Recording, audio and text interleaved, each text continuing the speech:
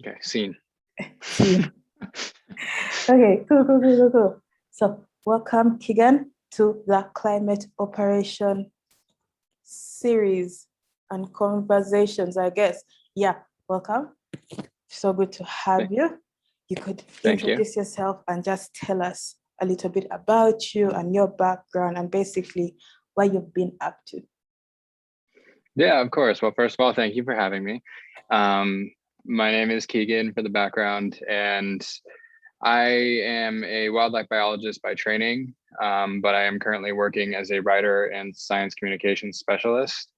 My work focuses on the aspect of conservation in terms of communicating that to the public. So I do a lot of writing on climate. I do a lot of writing on community conservation. I do writing for a bunch of different platforms. And I basically aim to connect audiences to conservation issues through very different means of like storytelling. I like to create personal connections, and I like to create emotional connections, something that helps a reader or a viewer get invested in the issue without it just being science and just all these heavy jargon words, which I'm sure we'll go into a little bit more later. But currently right now, I am working as a freelance writer and journalist. I write for a couple different clients. That's the word I'm looking for. I write for a couple different clients, and I kind of just help them with growing their brand and putting that out there in the science world. And then I also work as a freelance journalist, working with a few magazines, including one here in the US, which is Earth Island Journal.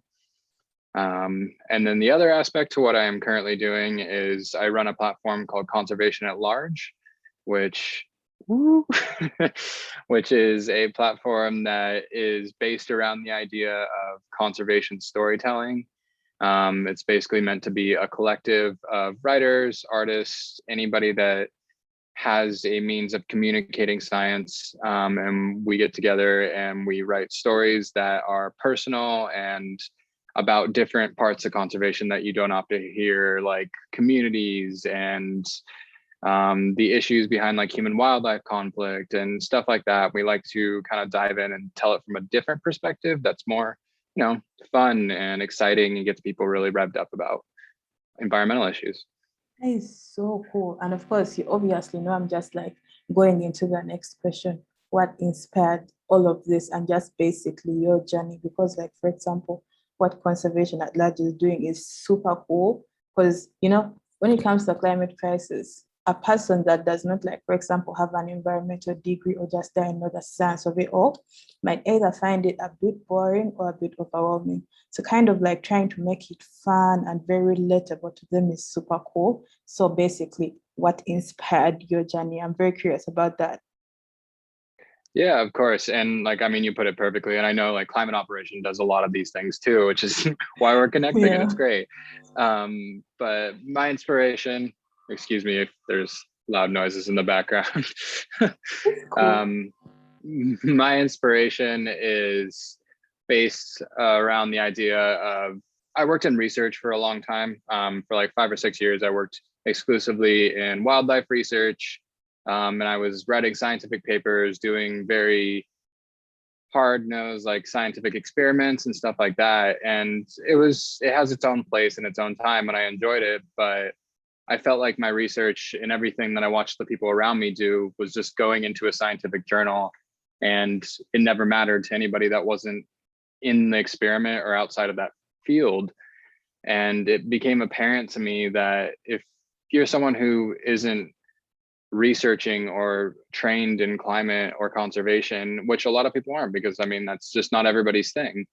And it became apparent to me that if you aren't like, and you read these scientific papers, they don't make sense. I mean, I read scientific papers and I'm like, I was on that experiment. I don't understand what we did. But that kind of like was this like eureka moment, this light turning on in my head where I was like, well, we need to communicate this in a different way. And I've always loved stories. I've always been fascinated. Like you can ask anybody I associate with, like I can name any scene from any movie and like any book and stuff like that. I always loved stories, and I found a way to kind of realize that conservation needs that aspect. We need the artistic aspect. We need people to watch these or see or read, in my personal endeavors, read and just be entranced by characters and by scenes and create an emotional connection. And all of that kind of just struck me, and it was like, I want to find a way to communicate conservation differently. And that's where kind of the idea of conservation at large was born. Wow, I mean, I feel like, you're just taking me to the next point, because obviously now you're talking about conservation, communication, right? And like the need for us to start communicating better, because honestly, not everyone understands the jargon, and we need more people actually interested in conservation, right? So my next question is then, conservation communication, what do you think is missing? Because you have the experience with conservation, and from conservation at large, now you're actually like working with communicating about conservation with a human aspect. So from your experience, what is missing when it comes to conservation communication, and what should we be doing differently, not just as, let's say, conservationists, but also just like as a normal person? What should we be doing differently? But first, what is missing?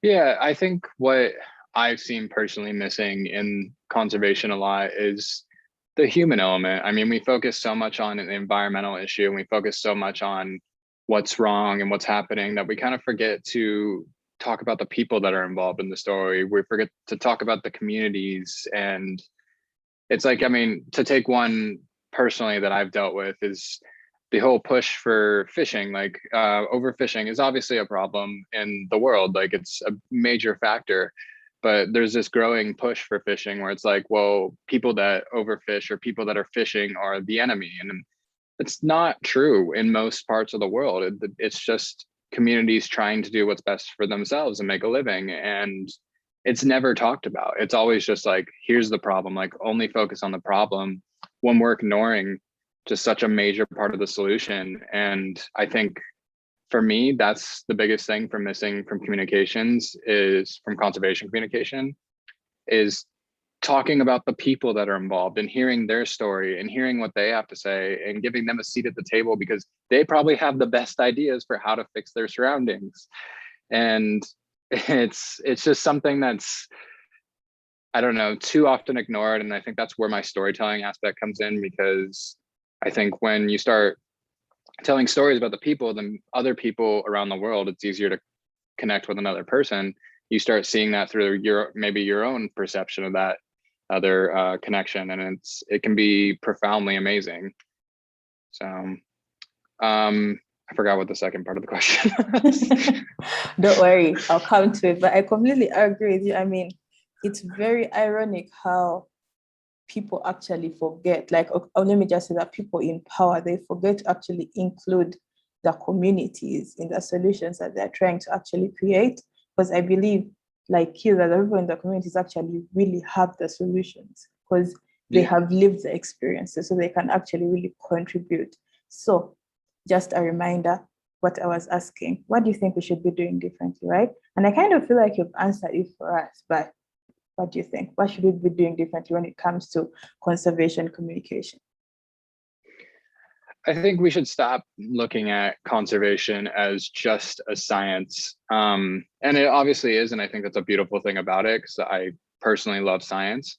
But I think that conservation encompasses so many different fields and disciplines, and art is one of them. And I think that art has been the way that humans connect with other humans for thousands of years. So I think we need to stop looking at conservation as just like, this is just science. Like it involves social justice, it involves activism, it involves equal right movements, and it involves, it's so many other things, like art being one of them. And I think that if we start to look at conservation as more of this broad picture, instead of it just being this narrow science, then it starts to realize that everything is connected in it. And the more we improve here, the more we improve here, the more it kind of strengthens the overall picture. So that would say, my opinion, that we need to kind of fix when it comes to communicating that. It's actually quite interesting that you're talking about art and the fact that there's so many ways to communicate about conservation. If I'm being honest with you, before I really like got deep into like climate action, when someone talked about conservation, I always just thought, oh, we actually like conserving animals, nature. Never at all had I ever thought about the human aspect when it comes to conservation. So definitely right when you talk about it, that there's so many ways to communicate about it. And like with young people, right? Facts are we're easily distracted. But if you make it really fun, like let's say, for example, an art project or like something that has tech involved with it, or like let's say, for example, something that has social justice, because I know that when it comes to conservation, not just basically the environmental crisis, it's so intersected with so many other social issues. So actually like communicating about it while intersecting all of those can really like do amazing stuff. So I completely agree with you that there is the need to not communicate about it like with a one size fits all kind of thing, but kind of like mix and match it everywhere. So I totally agree with you on that. Okay, so Yeah, 100%. you've been chatting about the work that you've been doing and like, you know, working with indigenous communities. Oh, actually, yeah. Previously, you had chatted and told me about the work that you've done with indigenous communities. Very curious about that. And of course, I obviously just want to know from all these travels, right? What lessons have you learned from these indigenous communities as a conservationist? And like, how has that translated into the work that you're doing right now? Yeah, of course. When it comes to the work I've done, I recently had the chance to work in a position in Baja California Sur, Mexico, for a sustainable seafood organization called Blue Turtle Sustainable. And during that time frame, like we worked with artisanal fishing communities down there. And basically what the concept was Blue Turtle Sustainable was attempting to implement sustainable fishing practice to benefit sea turtles. And in that means we would purchase their seafood and then they would go ahead and kind of like start working with us on building a sustainable seafood program.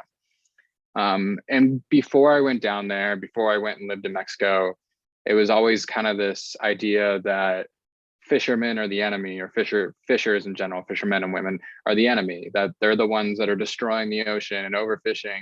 And I have never had some worldview completely flipped on its head before than I did the first time I met them. Yeah, and it was just like they're just the kindest and sweetest and most caring people you will ever meet. And every single person I met wanted to be a part of conservation so much and wanted to conserve their area because they grew up on the ocean, they grew up fishing, they grew up in these areas that are predominantly just filled with the environment and not so much civilization. And it was just this completely worldview that was changed for me, and I just realized that like that is a problem that we're having in conservation communication. Is we're saying that like this is the enemy when it's not. There's so much more behind the story. This is the solution. These communities are the solution. And they know more about, like, I worked with the artisanal fishing community in Sinaloa I got the chance to visit for a couple of weeks, and there was this giant bay that was where they fished, and we were attempting to kind of get a kind of overview of what it was like for the sea turtles there. And just in that moment, you realize that these fishers know more about this area than anybody ever will on the face of the planet. Like you could study that for the rest of your life and you will never know as much as these fishers. And it was just this worldview that kind of changed and made me realize that local communities are the key to conservation. I mean, empowering them, helping them and supporting them and giving them the tools to do conservation and act is the key. I mean, they want to, obviously everybody wants to conserve their area around them. And it was just this complete, like it completely changed the way I looked at the world, and it completely changed the way I looked at conservation. Wow, I love it. Local communities are like key to conservation. Bookmark that. Definitely. I like that. Definitely. Okay, final question. What gives you hope for the future? Because from this short conversation that we're having, it's just amazing from the experiences that you've had and the work that you have done and the work that you're going to do. So I definitely have to ask that, what's giving you hope for the future, going forward? What is something that you're pretty excited about? Okay, I hope they're doing like work on my house right now, so it's a little loud. Actually, can't hear anything on my end. Oh, that's perfect. Okay, I feel so much better now. I felt so rude. Don't worry. um, and I'm definitely gonna flip this question back to you afterwards. But when it comes to what gives me hope, it's lately, honestly, like I've been following the COP 26 and the climate summit and everything. And the thing that gives me hope isn't what's going on inside the conference or inside these halls with these delegates. It's the people outside. And it's the fact that there's just thousands and thousands of people lined up on the streets of Glasgow from all over the world that are coming together for the purpose of just protecting the environment. I mean, this goes against what, it's not convenient to them, it's not easy to them, but they're still there lining up. And then you see youth activists all around the world in these youth strike movements, and like people that are 16, 15, 16. I know when I was 15, 16, I wasn't in Washington, D.C. protesting climate. Like I, yeah, like I was probably like watching a cartoon or something. I don't know. It's it's incredible to see these youth activists just fighting for their future and doing it in massive, massive scales with people from all around the world. And then I meet people that are working in conservation out of honestly the detriment of themselves. Like, I mean, like even like something like you're doing, like with climate operation. I mean, this isn't something that's necessarily easy or anything like that, but you're going out of your way to create a platform that advocates for the planet.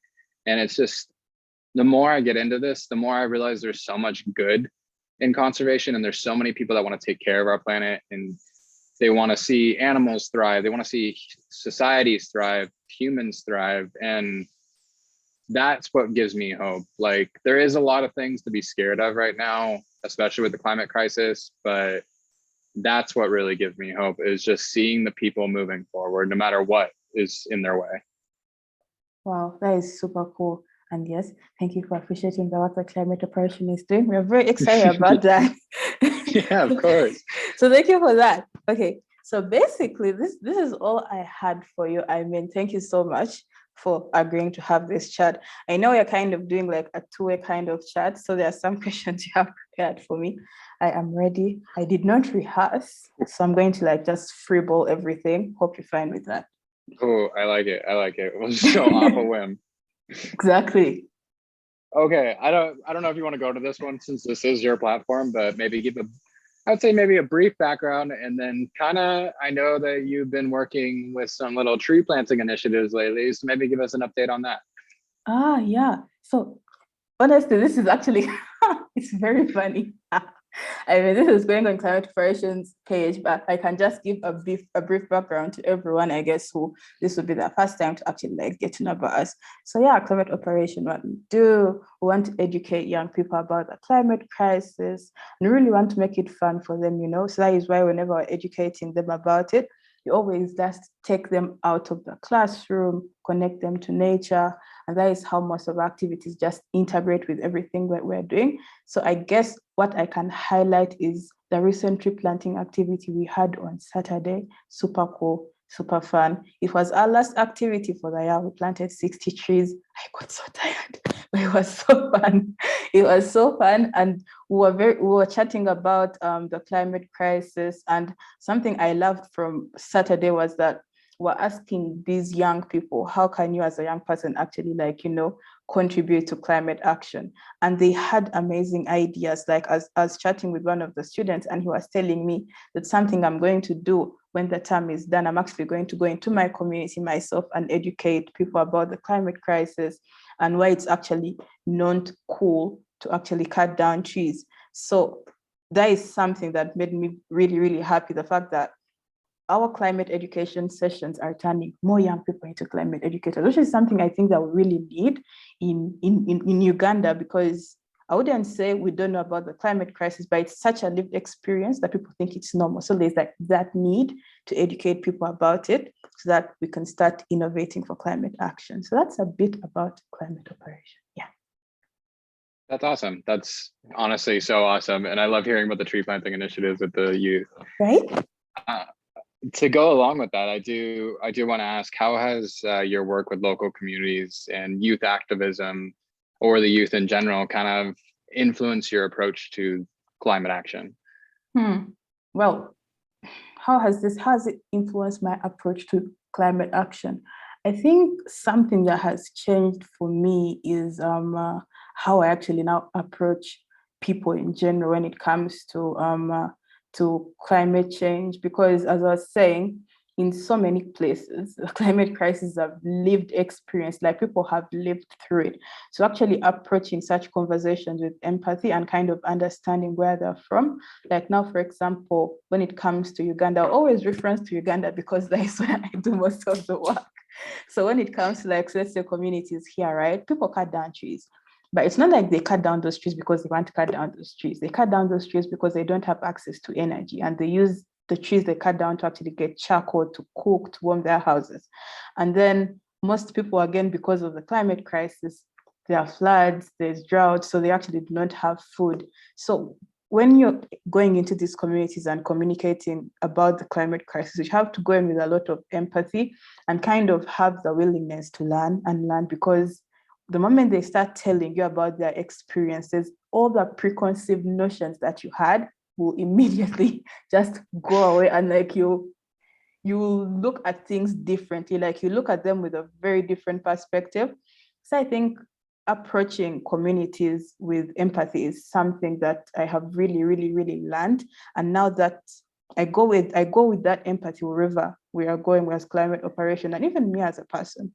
So definitely that is something that has changed for me, and I think it's really good. That's amazing. That's honestly like such a like thing that you wouldn't really think about, but it's also something that's so important, is to approach with that empathy. And I think that, I mean, like you said, it's a great life lesson too. I mean, just it helps in overall in life. So that's amazing. Yeah, pathetic. Yeah, definitely. So to go kind of into the conservation communication, this is similar to the question that you asked me, but I do want to ask, what tools do you think are not used enough in climate action, and how could we kind of implement those tools a little bit more? Well, I definitely agree with you. Right now, conservation communication lacks the human-centered part of it. I mean, as I was telling you, prior to actually going deep into conservation, I thought it was all about nature and animals. I did not think there were like humans involved in these things. So I think that's something that's missing, right? It's like, it's really missing.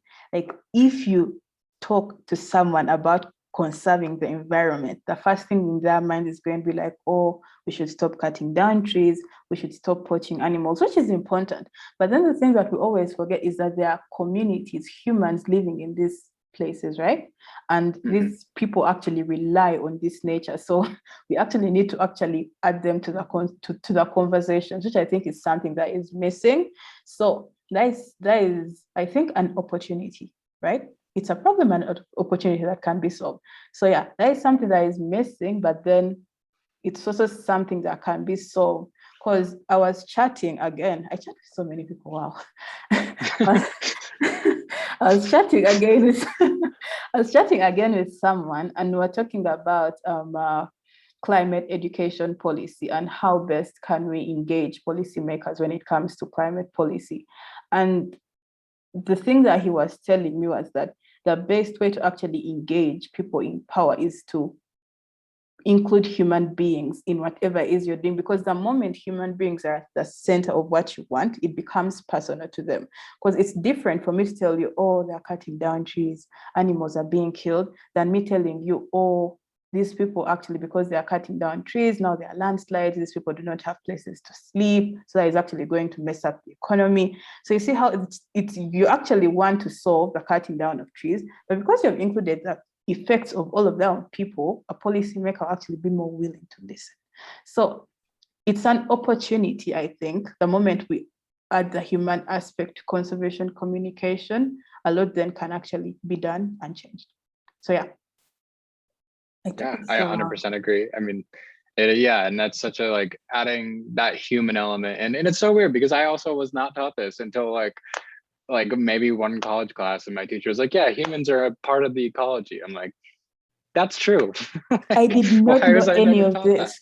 That? Like I did, even like with my course in law school, we were not taught this at all. Like literally. So you just come out and you're like, oh, okay. And you just have to kind of like, as I said, learn and unlearn. But yeah, definitely. Yeah, 100%. And I agree with it 100%. And then I told you this was coming. I was going to flip this question back to you. What gives you hope for the future?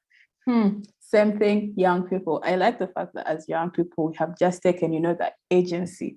We have realized that the adults, the ones in power, do not want to do anything, or they're saying they're going to do something, but they're taking so long, so many promises, no actual action. So I like the fact that we are just taking the reins of it and being like, you know what, let's do something about it. So that really gives me a lot of hope for the future, because I know in the future, us as young people will be the ones in power. So by the fact that right now, this is what we are doing, so it actually gives me hope that in the future, things will be different. Hopefully by then, it won't be too bad, but it gives me a lot. It gives me a lot of, right? Let's hope. Fingers crossed. Yeah, we'll stay optimistic on this one. It gives me a lot of hope that as young people, we just want better things for the future, and that in the future, we will be the ones to actually be making those decisions. So that gives me a lot of hope for the future. Yeah, and I mean, like, you make a very good point. I never really thought about that. Is we have young people that are leaders now taking the initiative. I mean, once they're given more power, they're going to continue taking the initiative, which is amazing. I mean, yeah, it's just amazing to see, like, going out and doing it before you're even asked. So it's amazing. Yeah, I do agree. That is all the questions that I had for you. So ooh, I love them. Super cool. Very similar to what we were chatting about before. I think this is the main lesson that I have learned from this chat. Conservation is just not about trees, not about just nature and animals. It's so intersected with so many other things. And I think it's the major lesson that I've gotten from this, the need to actually communicate about conservation in other ways and integrate it, like, for example, I said, with art, with social justice. And I think the moment we start doing this, it's actually going to really create a lot of change. It's also going to actually ensure that we collaborate with so many other people in different spaces. Because, like, for example, I know that there are artists who are passionate about the environment. They are, let's say, people in other spaces of social justice who are passionate about the environment. So if we bring all of these people together, collaborate with them, share knowledge, and then also bring in the communities who actually have the experiences, the most important knowledge of all, this will really create something really cool. I'm very excited about that. Giving me an idea, what should we do? We shall chat about that soon. Because now I'm just like brainstorming about something that we can do, but that will be a future discussion. I like it. A future brainstorming session. I like that idea. We should definitely have more brainstorming sessions. Not on live camera. No live camera. No, not that. No. It won't be recorded. We'll just show the after effects of everything. Yeah, exactly. We'll show it when it's nice and cleaned up and it just isn't coming out randomly. Yeah, that would be cool. But basically, this is the end. Thank you so much.